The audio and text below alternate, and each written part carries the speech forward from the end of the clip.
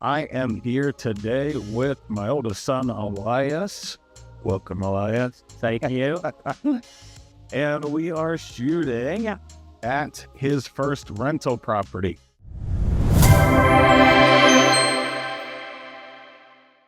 He's 19 years old, but his first rental property didn't have to use any of his own money.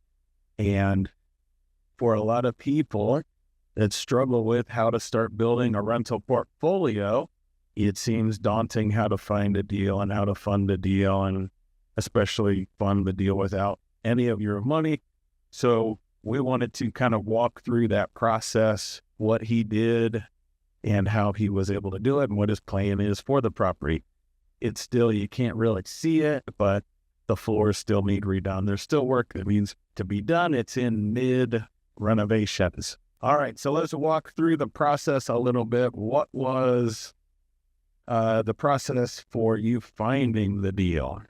So for me, finding the deal, my dad didn't just want to hand me a house and just be like, figure out how to buy it. He wanted to teach me how to actually know what a good deal is and know what to look for.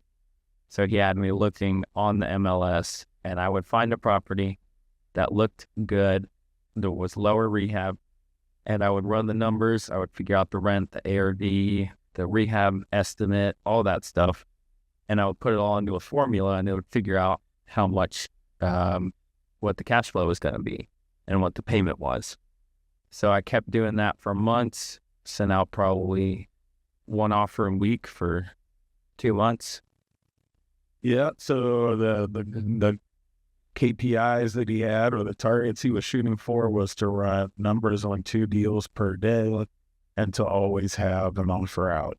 So if that offer didn't get a response for a week, it was up for a week. If it came back denied or counteroffer, then he would send out a new offer. So that was the plan. Took a couple of months, and there was obviously a lot of offers that did not get accepted before he made his offer on this house.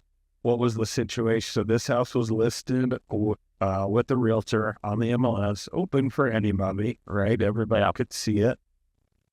Once you got it under contract, which you got it under contract for $64,000. What was it listed at?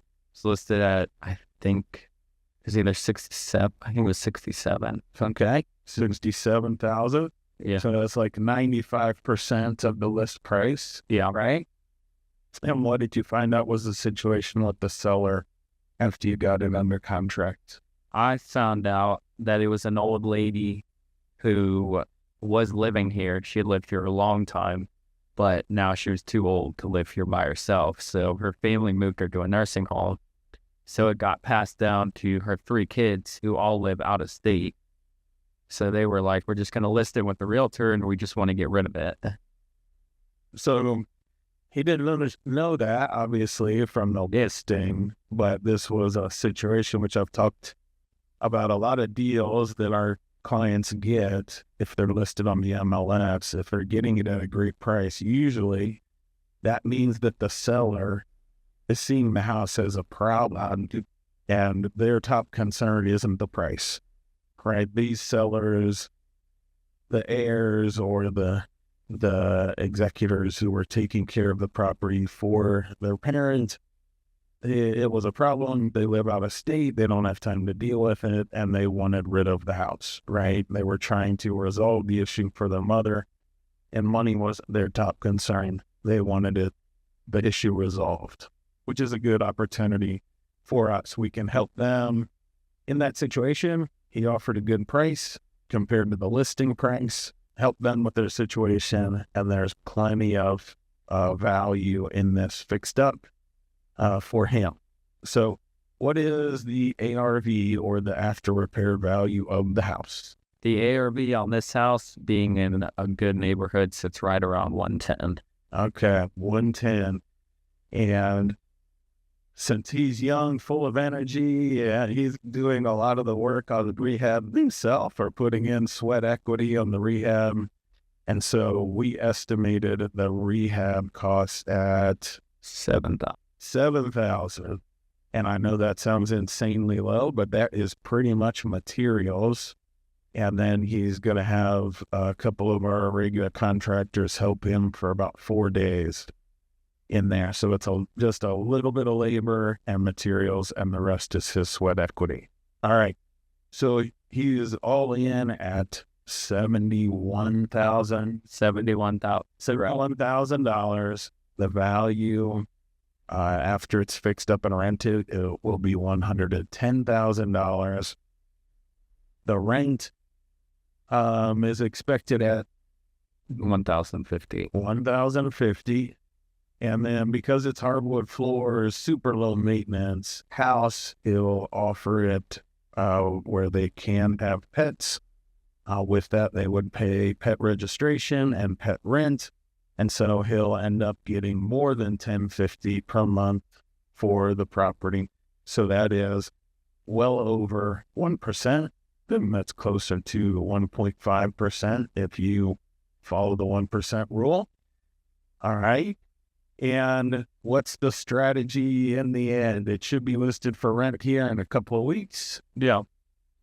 The strategy right now is to just get the work done and get it rented. And then we've talked about it a bunch. It'll be a super low maintenance property. Shouldn't have to do a whole lot, and just get it ready. It'll be good to go. Okay. And we didn't talk about the financing.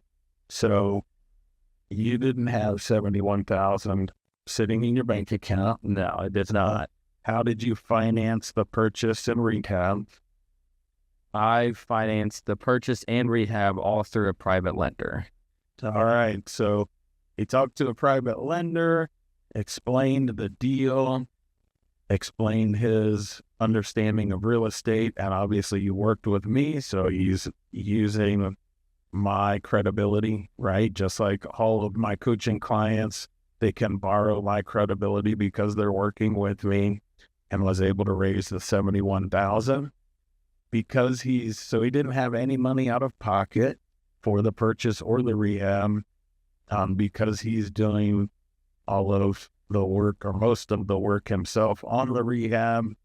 He's going to be able to keep some of that rehab money, which is a good deal for him. And then he's going to refinance with a DSCR lender. And the refinance, he's not going to do a cash out refinance, but he's going to just pay off that first mortgage. When he pays off the first mortgage with the refinance, then the private lender will be paid back in full, and he'll have long-term financing for this property. All right. And it'll be turned over to a property management company, and they'll take it from there with leasing and everything else. If you don't have a property management company, if you don't have those systems, then that's a key consideration, is understanding how to manage rental property and how to have those systems. All right, so that it should be just an easy system to follow and a bunch of checklists, essentially, so that you don't get stressed out about how to lease it or who to accept or how to take payments, how to handle late payments and evictions, all of those things. Just wanted to show you the project. It's kind of in the middle. We'll come back for some pictures once it's ready to be listed and this old fan is replaced above us and taken out. Yeah, it'll look really nice. Any final things for you to add on it? No, not really. I'm excited to show you all pictures when we get done. There we go. All right. And so 19 years old, bought his first rental property without using any of his own money. If you are ready to buy rental properties and want to build wealth for your future, there is a way you can do it. You don't have to have a ton of money in the bank. You just need to have proven strategies so that you know how to run numbers, how to make offers, and how to finance the deal with other people's money. All right. If you want to learn more about that, message me or post in the comments that you want to learn more. You can check out more information at truewealthinvestors.com. And as always, until next week, keep building your dream life one door at a time.